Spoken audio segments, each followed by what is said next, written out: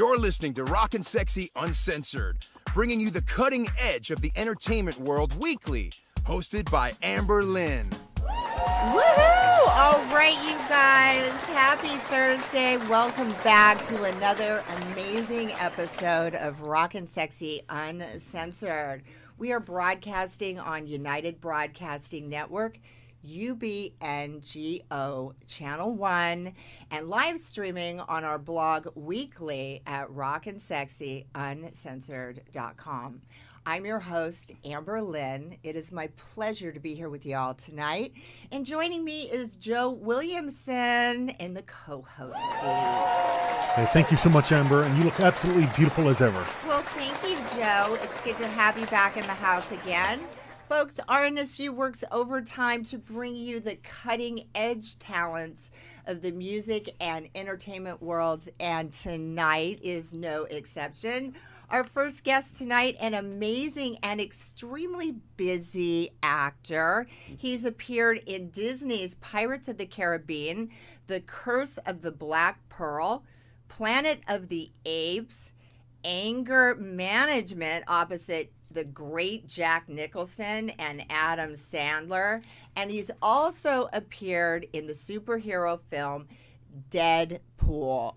He provided the voice of Thanos in two Marvel series, Avengers Assemble and Guardians of the Galaxy.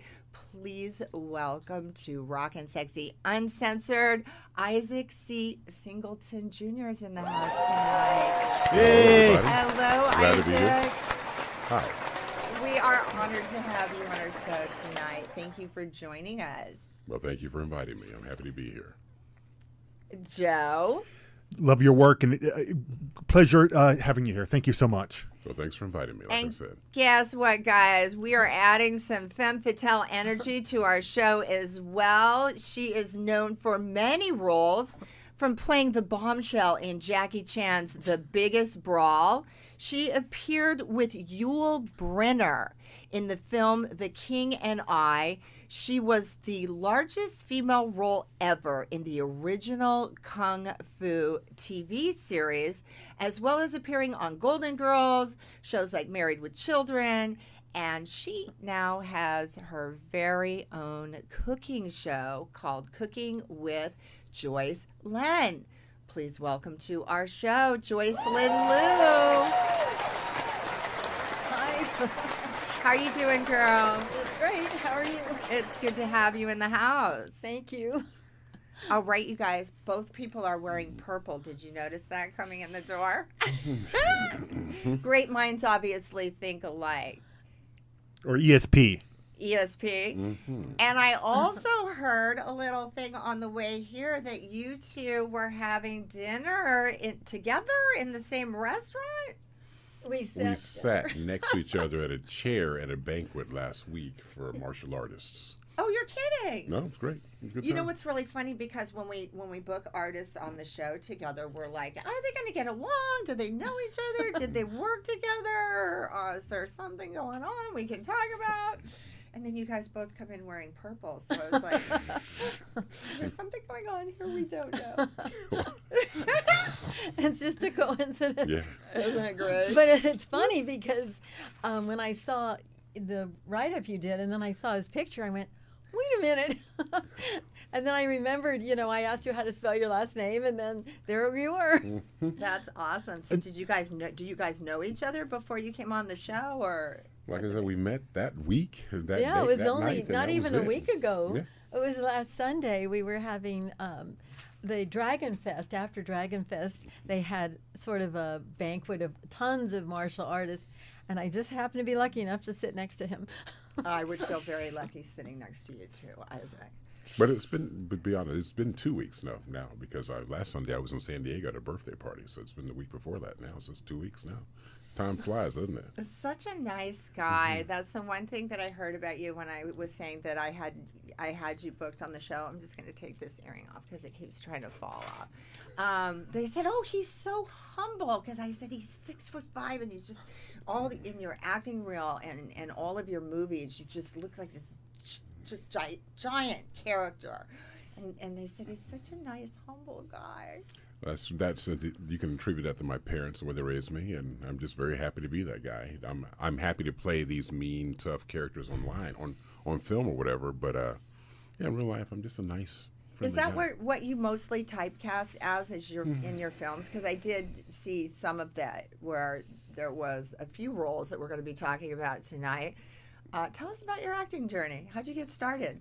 Okay, it's not a short story, so I got a message from God when I was a sophomore in college that He'd been showing me since I was 4 years old that I was supposed to be an actor. I said, "Okay, God, I understand what you've been telling me for a while. I'm going to be an actor now." So I was at Florida A&M University.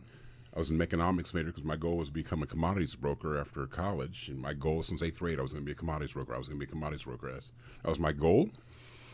But my sophomore year of college, God showed me these signs I was to be an actor because I was taking What was a theater. the sign? Well, then you got to go back to the very beginning then if you want to hear it, because I don't know how much time you've got. Okay, no.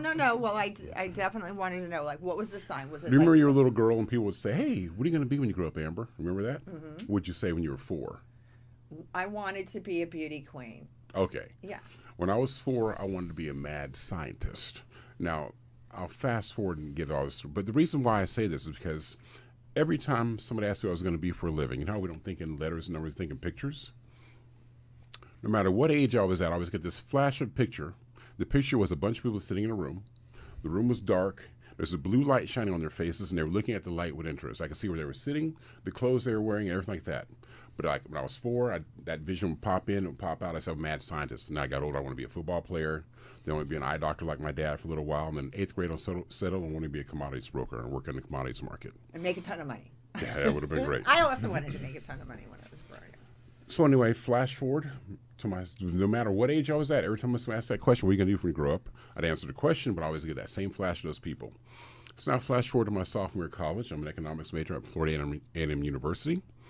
And that semester I decided to take a theater class because I've been in public speaking since I was in 9th grade. So I took the theater course, and the theater director at my university asked me to come audition for a play. I got the lead in the play. And now I'm doing the play with the theater majors, and they're like, "Man, Isaac, y'all think about doing this for a living." I said, "I like it a lot, but I think I'm supposed to be a commodities broker." Anyway, the same semester, the stock market made a recorrection, and I started evaluating, why do you want to be a broker? I did a pros and cons list, and I was praying to God about it. The pros list was short. I could make a lot of money. The cons list was a lot longer. But anyway, I walked to the Dollar Theater in town, I had to cross Florida A&M's campus, across Florida State's campus to get to the Dollar Theater. And like I'm saying, praying to God, should I be an actor, or should I be a commodities broker? I get in the theater, the lights come down, the movie starts, and all of a sudden this voice inside of my head said, "Isaac, turn around."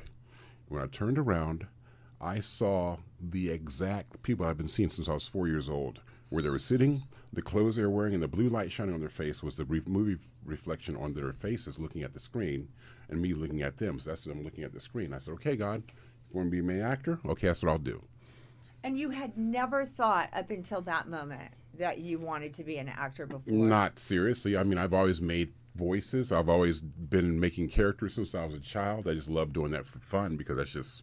Were you 6'5" when you were a sophomore in school? Were you No. already over? Well, no, my sophomore year, I grew to be 6'5". I weighed 220 pounds. I could see where they would want to definitely recruit you as a professional football player, too. Well, I mean, you got to have skills in the football field. It doesn't matter Right. how tall you are sometimes. Well, you know, you're I supposed to played have football in skills high as school. an actor, too. Yeah. And that's... So I was studying, then I studied there, and then I went to and I transferred universities because what happened is, okay, now okay, God, I'm going to be an actor. But now I'm walking home from the theater, I said, okay, I'm in Tallahassee. There's no film industry here whatsoever. I know I want to do film and TV.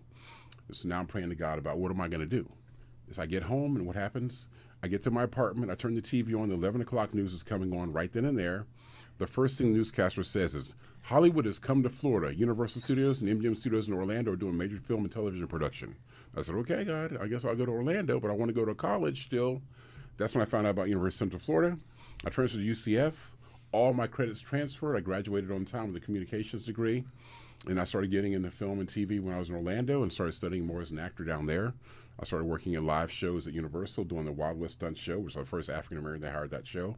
I played at Disney doing the Indiana Jones Epic Stunt Spectacular, playing the German mechanic, and then I got trained in a bunch of other characters. And I was an equity job, so I got my equity pay there, and I was able to make a living. And then saved enough money to move to California. Which is what I Wow, did. and you just struck me as the kind of person that focuses on what you want, and you just, because I'm like that, you just beeline, that's what's going to happen. I have a good question for you. Okay. Most of your roles to date have been significant supporting roles to major leads. I want to talk about your role in anger management, where you, like, literally, for me, you take the scene away from Adam Sandler, and you're playing an air marshal, I think, yeah. and you're arguing over a racially insensitive remark that he makes. Well, see, that's the way. It's so funny because if you look at the way that the scene is written, all he said was, "What's with you people?" Right. But see, my character was just having a bad day. Okay. So my character was like, "What do you mean, you people?" Right. You know, so I took it that way. He didn't mean it that way at all. He your just said, "What's wrong voice- with you people?" Because see, what happened is the flight attendant was ignoring him before then, and then now this air marshal's coming in and confronting him, and he's like, "What's with you people?" But he's talking to me, so I'm like, "What do you mean, you people?" So if you wanted to see, he didn't mean it that way, but see, my character wanted to take it that way because the intensity of what's going on in our country at the moment and all that kind of stuff. So it's just funny. That's right. And it is the insensitivity of what's going on. And the way that you kind of rolled that out for me, I mean, I was there with you guys. I mean, it really took me there. And Adam Sandler is not an easy person to take a scene away from, you know? I mean, the guy is definitely on top of his game. I loved it. I wanted to give you that. All I know is Adam was a great guy to work with. Jack Nicholson was a great guy to work with also. And I mean, to me, they carried the scene. I was just a prop. It was amazing. I was a speaking prop in that scene, and they were the ones that made it all happen. So I say Adam's character, but he's just trying to be humble and nice. And like, He's really a nice guy, Yeah, too. so- I remember we were running our dogs out in Sunset Plaza one day, and he had a new baby. I guess this was years ago. And he had taken his little baby out from the restaurant. It was fussing or something. Mm-hmm. And so we're going along, and this person's holding this little baby, and we're like, we run, and we're like, oh, the baby. And then all of a sudden, I look up, and it's Adam, and he's holding this little baby. And I'm like, oh, hi. Yeah, so just a really sweet, sweet guy. yeah, definitely. And Jack Nicholson, how was that? You know, it was like it was great to work with both of them. I mean, they were just consummate professionals, really. I mean, that was my first movie when I got here. It was your first movie? When I got to town, that was my very first one I got hired on. My first job was on the X-Files. My first movie was anger management. And after that, I bet you were just thinking, well, I've got this. No, right? I honestly feel like almost every time I finish a movie, I feel like I started at the bottom ladder and start climbing back up again. But I don't mind the journey because I love doing what I do.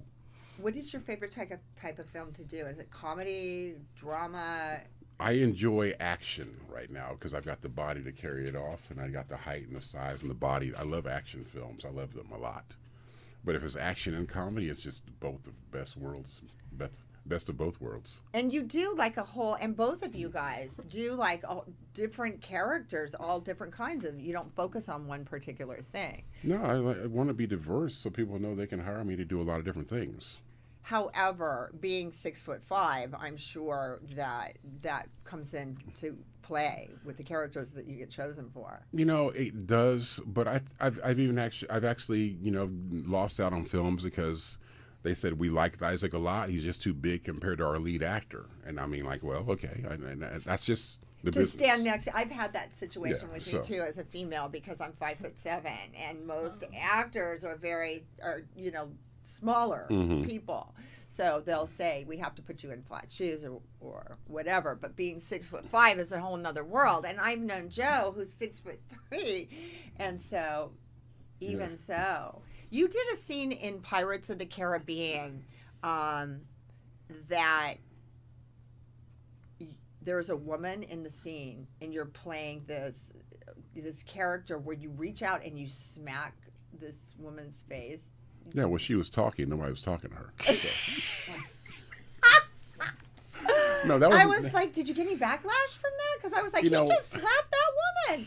But that's the character slapping her. I didn't I know smack that's her. the character But slapping. matter of fact, But- that was my audition scene for the movie. That was my audition scene I did for the movie. Because I was thinking to myself, speaking of what's all going on in the country right now with the whole Me Too movement, I was surprised that they didn't get all up in arms with that whole. Yeah, that was 2001. Me Too really hadn't happened yet, so yeah, that was Right. back then. But that was a great movie to work on too. It was nice 6-month long movie. I like a nice long movie. And you was great in it. Oh, thanks. You was I thought you did an amazing job in that film. Thank you.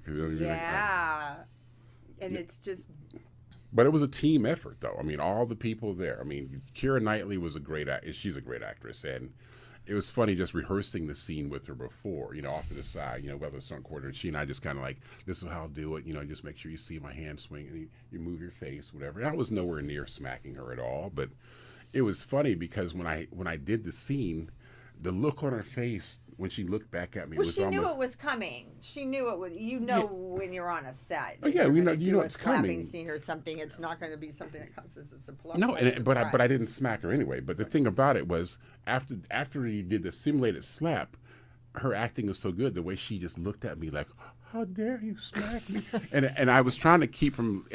I really had to hold it together because I was trying to keep from laughing because it was so funny the look that she gave me as if I really did smack her. But it's just she's just that good of an actress. So, but it was really funny. But I was able to hold it together because I'm a consummate professional, you know what I'm saying? And then Joe has a question he wants to ask you about a movie that you did, and I wanted to let him. Yes, well, you played Tank in that film with Dolph.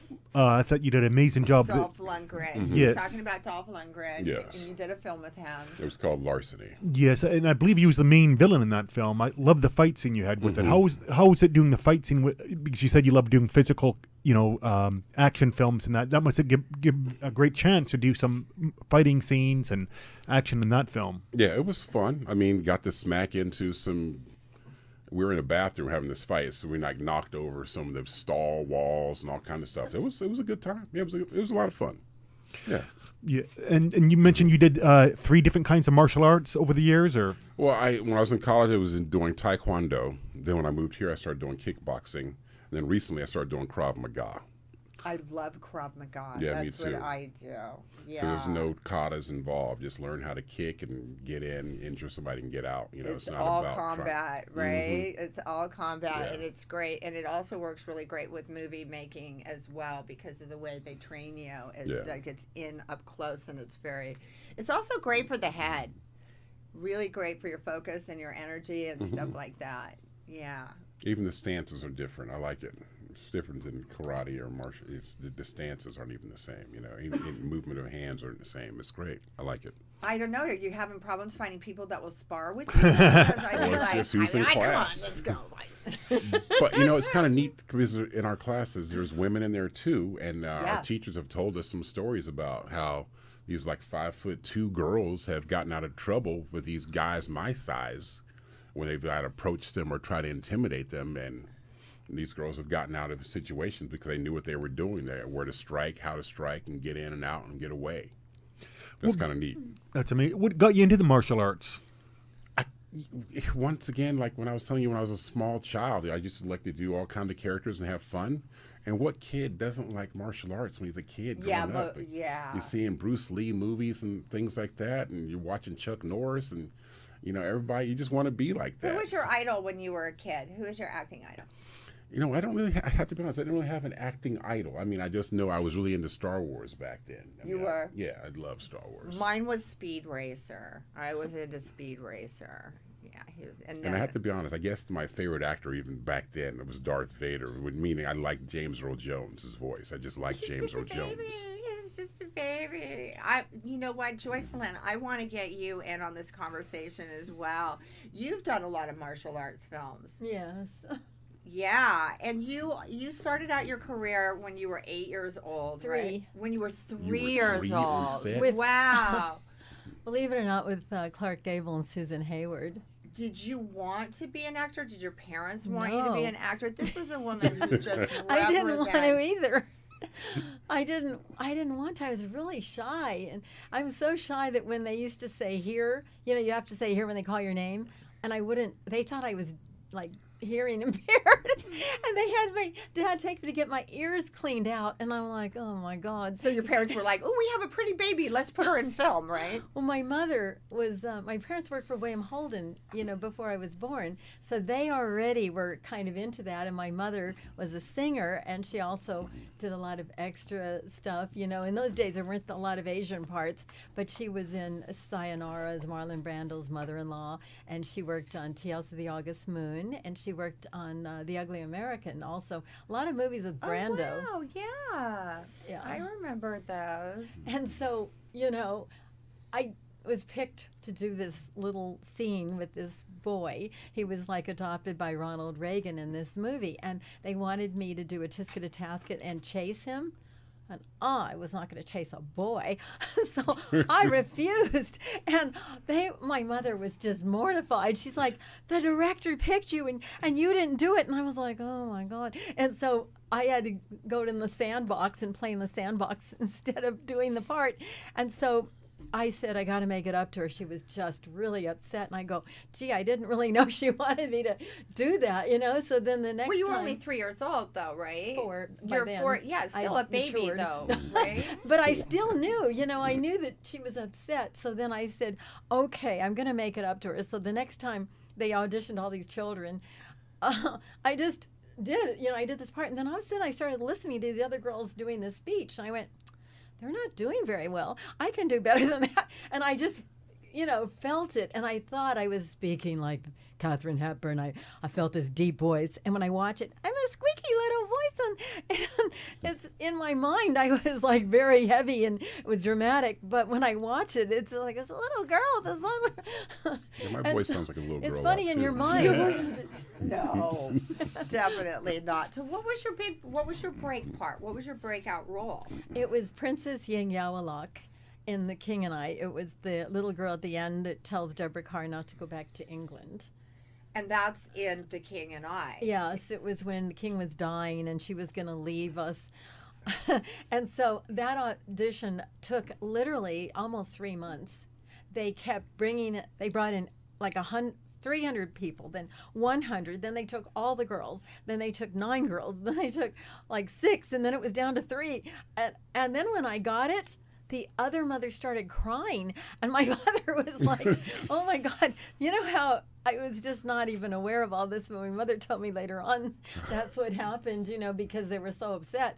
And so that was the first time I really got to, emote in my own way and then cry, and everything.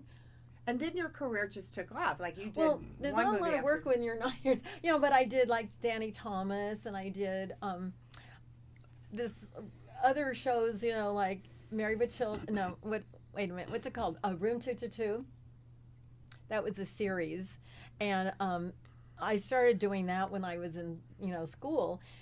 And I went back to class, and they go, "Oh, we saw you on TV." I was trying to keep it down, like. So it's mostly TV stuff.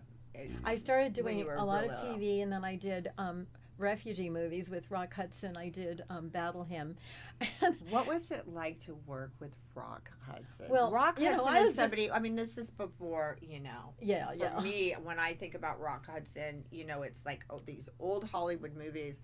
It's not really my time, but because it represents like a golden era of Hollywood. Yes, and I didn't know who these. I mean, he was just really handsome. So you just thought he was this nice, handsome actor that you get to work with. And well, what happened is we were refugees, and we're supposed to be like falling down and then rolling down this hill.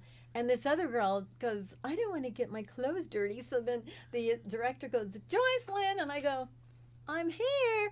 And I was like right under him, but he didn't see me because I was so little. And so then he goes, "Would you roll down the hill?" I go, "Sure," because it's not my clothes. It's the studio's clothes, so I don't care. So then I did.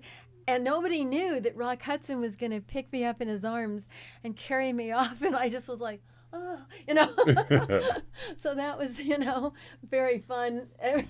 Because, I just wanted to do just anything. It didn't really matter. And then I also worked with Humphrey Bogart and Agnes Moorehead and Gene Tierney. It's the same movie, though, isn't it? No, it's a different movie. Oh, it's a different movie. That was The Left Hand of God. And he sang, and I just noticed his teeth, you know. You know, when you're little, you just look at things that adults have, and that was the only thing I remember. It's funny how you don't remember some of the, you know, but then later on when I found out who he was, because I started watching, you know, Casablanca and stuff like that, and I'm like, oh, wow. And then I didn't even know that Clark Gable was in Gone with the Wind, you know, or anything like that, because he wasn't in the scene, but I remember looking at Susan Hayward, and she was so beautiful. There's certain people that, you know, impress you when you're little. It's interesting that you say you don't feel there was a lot of parts then for Asian actresses. Do you feel that your popularity, because you became very popular and you just had this long range prolific career, do you feel that you changed that? Well, in Hollywood? Strangely enough, I was, because it's not the case today. I mean, yeah, there's a lot more stuff now, but I was kind of doing things like that you wouldn't like.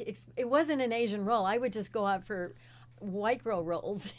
I even played blondes. I just put a blonde wig on, and I did this commercial as Alice in Solderland, and I just put on this wig and I had a blonde hair, and the guy did not know where I was from. He was like, I mean, I really bleached my hair blonde once even. I just did it because I was just like, well, I'm 16 and I've always had dark hair.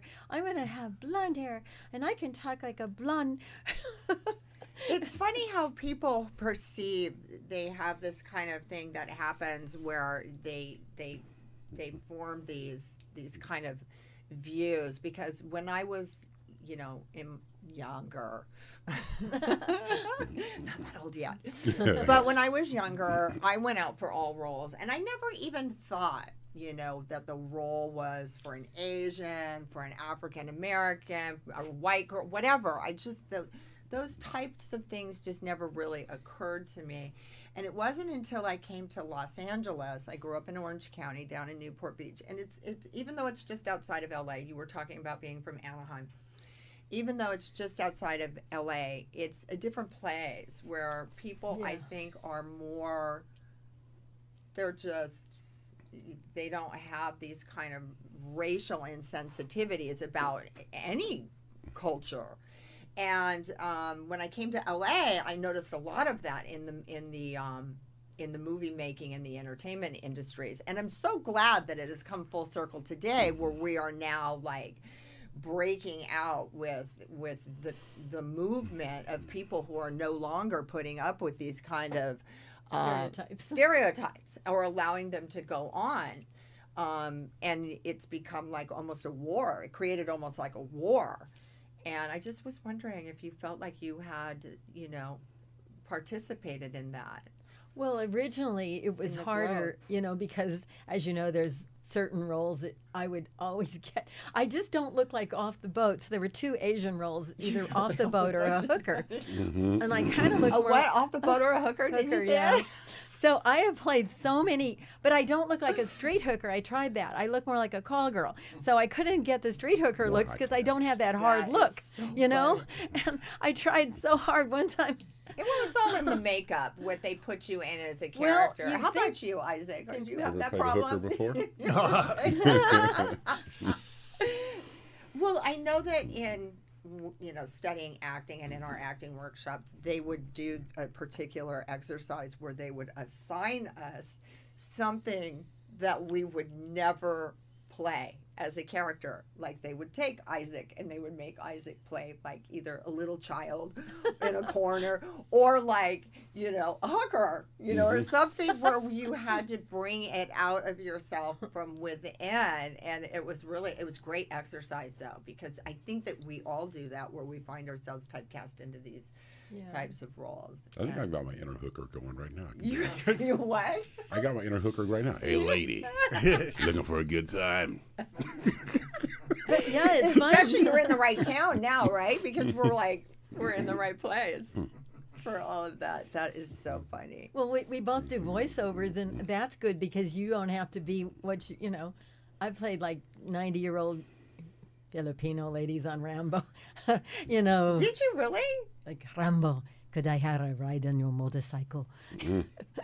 Yeah, and then, you know, just little baby kid roles and stuff like that. Because it's like, it's for your voice. You don't have to look that way. You can just come as you are and then just make the character on, the voice. So show us your bombshell that you played in Jackie Chan's. Tell us about your bombshell. You have to go there. In Jackie Chan's. Well, I was a hooker again because. Oh, you were. Oh, yeah. It said bombshell. Well, they canceled. Sorry to do this to everybody. It's in my nature. It's an uncensored program. That's why we're here. They actually kidnapped the good girl, and so Jackie goes, well, I have to show some girl, you can't just come empty-handed.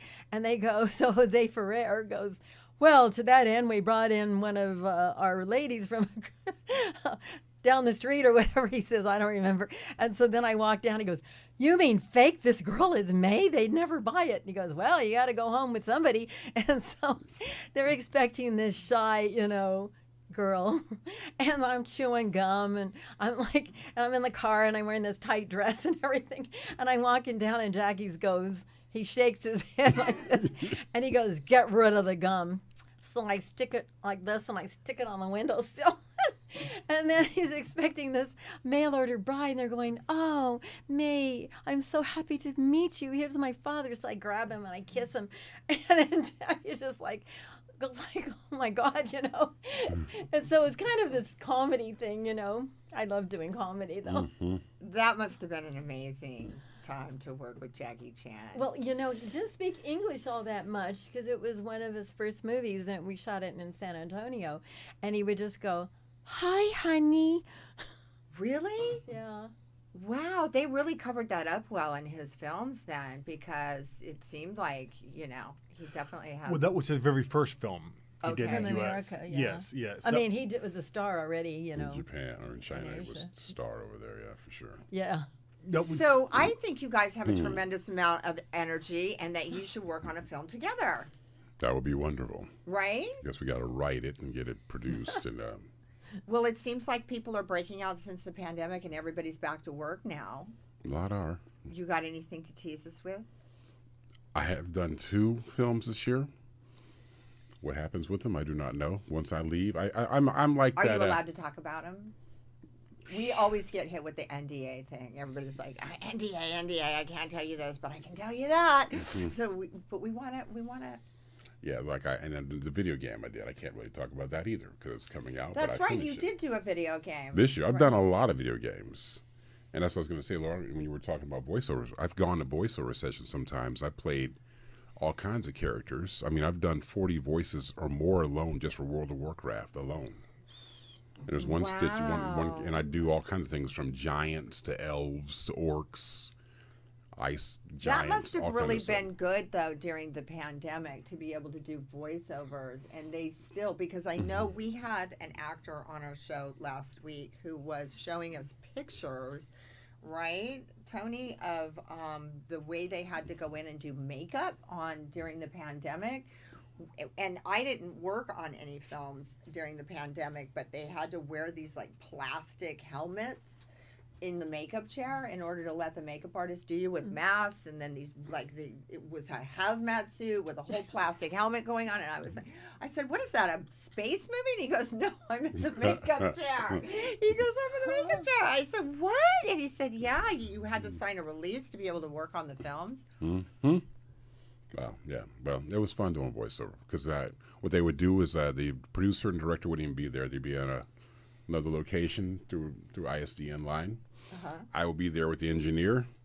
He would come into the studio, sanitize everything. He'd leave. I'd go in there, have the microphone set up for me, and then we'd do the session where he's on the other side of the glass, I'm on this side of the glass, and then the producer and the director would be in my ear, and they'd talk to me on a screen, and we'd just do the session that way. Nice. Yeah, it was great. It worked perfectly. What is your favorite role you've ever done as an actor? If you want to tell your fans, I want you to see my work here.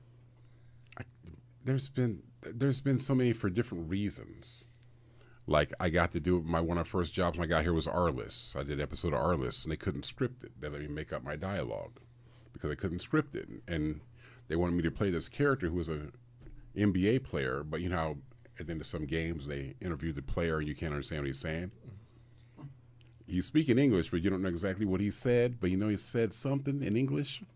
Well, they want me to do that because they wanted me to play an inarticulate guy. In other words. Oh, okay. I didn't. Yeah, I wasn't inarticulate. following you. So Being inarticulate, I was like, what? yeah. So anyway, they couldn't script it because how are they going to script someone talking but not talking and understanding? So they said, Isaac, just make up a story for us right now, and we want to understand what you're saying but not understand what you're saying at the same time.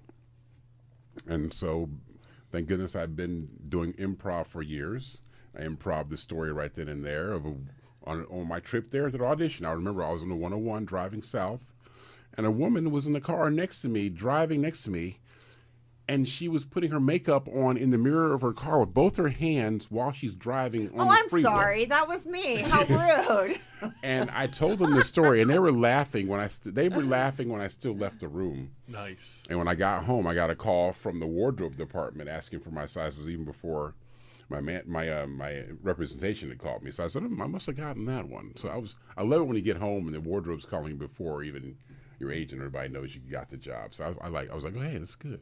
Yeah, that's So that's one, exciting. because I got to make up my own, they trusted me enough to make up my own dialogue. But then Pirates, that was like one of the first movies you saw my face when I got here, because before I did Galaxy Quest and Planet of the Apes, it was a 4-hour makeup on Planet. And Was Galaxy it? Quest is a 3-hour I was going to makeup. ask you about the makeup on that because the makeup was just insane. It was great. 4-hour makeup every single day. And I was on that movie 6 days a week sometimes. What was your character on it? I played 4 characters in that movie. You play 4 different characters? 4 different characters, which probably saved Sony a lot of money and just having to hire 3 other actors to play their roles. All I had to do was run my makeups that fit me only. Now, my makeups wouldn't fit anybody else, so they ran my makeups that fit me only, and all you had to do is just put me in a different suit, different outfit, and I'd be a different gorilla that day. So wow, I played 4 bet they different were characters. really happy with your performance in that. I believe that Tim Burton and them were happy with what I did. I really did a good job. But it was just great working with Tim Burton, too. I mean, it's great to see a guy like that, great artist. And when you see that he's getting the scenes and shots he wants, it's like a kid opening a present at Christmas. He's got a grin on his face. He's got such excitement, and it's just great to see that you're helping the project come to life. I love that. Wow, congratulations on that. Joe was just talking about Tim Burton on the way here in the car. Yeah, I know he's got that new Addams Family. It's coming out the same day, I think, as the new Munster movie. Oh, really? Yeah. That's going to be something. Well, And by the way, guys, I just want to tell you that if we have any fans out there that want to call into the show tonight and join the fun, talk to our talents and say hello, if you've got any questions or fanning that you want to do, our call-in number is 323-524-2599, and our phone lines will be open for the rest of the show. Yeah. So that was another favorite, because now I'm actually a lead now on Pirates, and then also you can see it's me. And you worked with Johnny Depp, too, right? Yeah, in Pirates. How consummate was gentleman, that? great guy. Nothing Right. negative to say about him whatsoever. We had to ask. You know, we had Lisa London on the show during his trial, and she was the same thing. Yeah, he's spectacular and human being and all. And it was funny because, you know, I don't know if you know my background, but I lived in both Europe and United States growing up. And he was talking to me about his... Here's Isaac in Pirates of the Caribbean, Curse of the Black Pearl. Yeah. That's a classic. Yeah, That was a great makeup. That's a cave scene. That makeup took 3 hours a day, too. Really? I had to put all those keloid marks on my face and on my chest and on my neck. So that wasn't a quick, let's just paint this down and go. No, that took some time also. Who was your favorite actor to work with in Hollywood in films? Man, in your career, which one? Because we always have that one that just... You've worked with so many great ones, too. I know.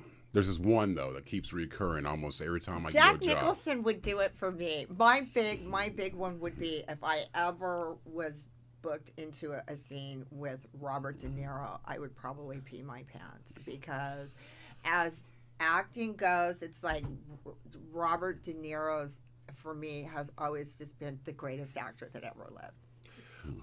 I'm sorry, who would you say the current I'd say this one actor, he's almost in every show I go to, and he's been supportive, and he's always happy when I get a job. I think his name is Isaac C. Singleton Jr. Every time I work, he's always happy to work with me, and I'm always happy. He's one of my favorite stars. He's a brilliant actor. Yeah, he's always like, right? Isaac, man, we got another one. All right, man, let's go. How do your fans follow you, and whoever else wants to hire you? But how do they follow you if they want to keep up with your work and the best places? You know what? I'm on Instagram. I don't Instagram every single day. I'm not one of those guys, but I am on IG. I did have a problem finding Isaac when I was trying to. Because I don't use a C in my name, because it would be Isaac and then another C right behind the Isaac and then Singleton Jr. So I just put Isaac Singleton Jr. for my Instagram name. Okay. But it's verified, so yeah. Yeah, no, because I did see that in some of your publicity that it said that you specifically wanted to use the C in your name. I didn't know if there was another actor on IMDb or something like that. I just feel like Isaac C. Singleton Jr. flows better than Isaac Singleton Jr. I just like the way it sounds. Isaac C. Singleton Jr. You know? I like it. Works for me. I was going to say, have you had work with James Earl Jones yet? And if not, would you like to? Or I would love to work with James Earl Jones because that means we both be working, and I love to work. And but no, I have met him though. Oh, no. I met him. He came to my university to speak when I was at UCF, and I'd already graduated at this point. But he came to speak, and I went back to go talk to him and just hear what he had to say. And the first thing he said to me, he's like, "You could play Jack Johnson." Do you know who Jack Johnson is? No. He played him in The Great White Hope. That was one of his first movies. And Jack Johnson was the first African-American heavyweight champion of the world as far as boxing is concerned. You could do that. Oh, definitely. I mean, I even look similar to him. And I was talking to some people about getting that movie done, but just things kind of fell to the wayside. It's funny because when you mentioned Dolph Lundgren, I immediately looked at you and thought, you could have been one of the players in the Rocky movies who played the opposite to Stallone. If I hadn't been a child then, but yeah. Right. Well, you could be in the new one. They got the Creed ones. I'm just talking about the style of character that he could come up with. And they do. They have the new Creed, but he's got the what's the series he's got where he's got all the people in it? The Extendables. The Extendables. We had an actress on the show. You mean the Expendables? The Expendables. Okay. I'm like, the Extendables. They're like extended amount. We know what you want. Oh, poor Joe. Yeah, the Expendables, Gotcha, Joe. Yeah. There's a new one coming up pretty soon. It's called the Extendables. You know what he meant. I would definitely love to be in those, though. Those are great films. They're fun. Yeah, a lot of fun. Same question for Joycelyne. Who is the person that you worked with in all of your movies? Is there anybody that, because I know you worked with President Ronald Reagan. I mean. Yeah, but he wasn't, I remember that's the scene that I wouldn't do. Oh. And I got demoted to the sandbox. Oh, so you had an opportunity to work in a scene with him. Yes. Okay. But I just was like, not going to chase the boy. You're not going to chase the boy. And that was before he became president as well, right? Yes. So then after that, it must have been a trip to say, oh my goodness, this actor's... It didn't even dawn on me that way. Nowadays, with the way things have gone in politics, I know that wouldn't be shocking. But when Reagan became president, it was that we had an actor who became... I know. So who would that be? Would it be Jackie Chan if you had your... Of all the people? Yeah. Who would be your favorite? I really like doing comedy. I'm trying to think of who was the funniest person. I actually did like working with Betty White. I worked with her on Days of Our Lives, and I played a hooker on Married with Children. No, Golden Girls. I'm sorry. I get them all mixed up. Because I saw we so were all many in episodes. jail together. Really? Well, it was, yeah. Oh my goodness! I think I remember that episode. I used to watch Golden Girls. I know it's all reruns. They're all in Nick at Night and stuff like that. Because I like watching those old. Who was your favorite comedies. Golden Girl? Would it be Betty White? I loved Betty White. I think so because she's really dingy like me. No, you're not thinking. I kind of like the crazy characters like that. It's funny because I look like more I don't know, like more, I guess, because I'm Asian, look exotic and stuff like that. But my thing is more like comedy. I do a takeoff on May West. It's May East. You want to give us a little taste? Is that an egg roll in your pocket? Are you just glad to see me? Those of you that haven't tried Asian women, I'll give you a new slant to it. Haven't had many complaints. In fact, most of my men are hungry for more. An hour later. Oh my gosh. Oh, that's awesome. Oh my goodness gracious. And now Isaac's going to do the same role. That's awesome. So what's coming up for you, girl, for your fans? Well, I have You have a new cooking show? No, well, my cooking show's been going on for a while. It was my first season is on Amazon Prime, but I discovered that a lot of people don't really want to watch 22 minutes, which is the time you have to do it because their attention span is really slow. And plus, I don't like to drag things out. Let's just make this dish, And so I've started making quick tips, and I started making faster meals at like 10, 15 minutes, even if you can put everything together, because most people, they're so busy. They just want something that's easy to make. So I always say my meals are fast, cheap, and easy, like my men. And so it's called Cooking In with Joycelyne. And I've had lots of different characters, and I like to bring in different people, who've never cooked. They go, oh, but I don't know how to cook. I go, that's why I like it, because then they ask questions. Why are you doing this? Then I explain, and then I can kind of teach people stuff at the same time. And then they'll go, okay, how many teaspoons did you put in? And then I have to repeat it. And then they go, so that was 4 teaspoons of that. And then it works out better. But if somebody already knows, they might go, what are you doing? And so it kind of works out nicer when people are really ignorant in cooking, because then I can explain. Are they Asian-based cuisine? Oh, no. So it's all different kinds of things. My parents had a regular American restaurant. It was like a 50s diner, like cheeseburgers. I think it would be chicken great to fried get steak. Isaac on the cooking show. Do you cook? I do. I have You to cook do? for myself. I'm a bachelor. I'm not married. I have no girlfriend right now, so I gotta Oh take my care of goodness, myself. girls! Yes, There ladies. he is, in all his I'm glory, available. 6'5", gorgeous, successful, talented, and humble, and a hell of a nice guy. Well, I'm a Christian guy too. Yeah. Definitely. Yeah, Even there you go. Well, there's a lot of them all over L.A. If you're looking for a girl in L.A., there he is, guys. What do you want to tell your fans before we close? How to follow you? I'm on Instagram at Isaac Singleton Jr. It's ISAAC. A lot of people misspell Isaac a lot. It's ISAAC. Then Singleton, SINGLETON. Then Junior, JR. And it'll pop right up. It pops up right before you even finish typing my name out. And it's got that blue check next to it, so I'm verified. The blue check is verified. There you go. I have the R Circle registered trademark, so I kind of pushed that aside and said, I have a registered trademark. I don't need your blue check.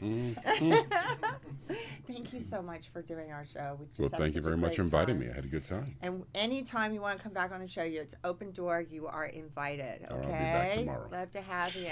How about you, Joycelyne? Well, I have a movie called Fatal Needles of Death coming up. It's like acupuncture. I think it's going to be interesting. And then who's going to... It's a martial arts movie, right? Yes. Okay. Yeah. It is, actually. You have 3 films coming out right now. Why don't you give us a quick... Well, I have one sure. out on like Walmart and, Tubi and Amazon. It's Amityville Uprising, and I end up being a zombie. And then I have one that I sing in called Call Me Emmanuel, and I did Emmanuel. This is an erotic feature. Joe was talking about the Oh. Yes, it's from a famous erotic film series, I believe. I think there's I actually worked on for Showtime the Emmanuel series. Oh, wow. It was called Emmanuel in Space. And wow. I did 3 episodes. But Love to check those out. yeah. Well, there's one when I was with a monk. That was wild. No. It is amazing. You've had such a prolific career. And Well, you I do- you have not slowed down a day. I You do re- body doubling too, so You're still doing it. And look at this woman's figure. It is absolutely gorgeous. Oh, and I'm a hand model. I'm going to go work out with And- you. I want to go work out with I you. love your calendars you have too. And she's Oh. got calendars. Where I'm can doing your a fans? new one now for 2023. It's going to be a throwback into the 1940s, you know, with the old-fashioned black and white pictures with the glamour. I think it's fun to, you know, be different characters. Where can your fans follow you so they can get your swag? Well, I have a website. It's joycelyn.com, JoyCelyne. And from that, it's got all kinds of fun things to see. You know, I'm a magician too. I work at the Magic Castle. And so I'm kind of all over the place. I have 2 radio shows, Radio Vault Mystery Theater, and I have Neptune 9, which is sort of a cyborg kind of sort of sexy thing. But it's all cartoony, you know, so it's not really me. It's just my alter image. Thank you so much for doing our show. We're so happy to have We're you so on the glad show. to Make sure see you you. guys follow Joycelyne Lew and Isaac. Please give them a follow before you leave tonight. I want to thank all our guests for joining us on Rock-N-Sexxy UnCensored. And you can join us again next week for another amazing episode. Thank you, Joe, for being My in the pleasure. house again. And we'll see you all next week. Thank you for tuning in to Amber Lynn's Rock-N-Sexxy UnCensored. Available on rockandSexxyUncensored.com. Don't forget to hit us up on all your favorite social media links and tune in next week for another amazing episode of Rock-N-Sexxy UnCensored.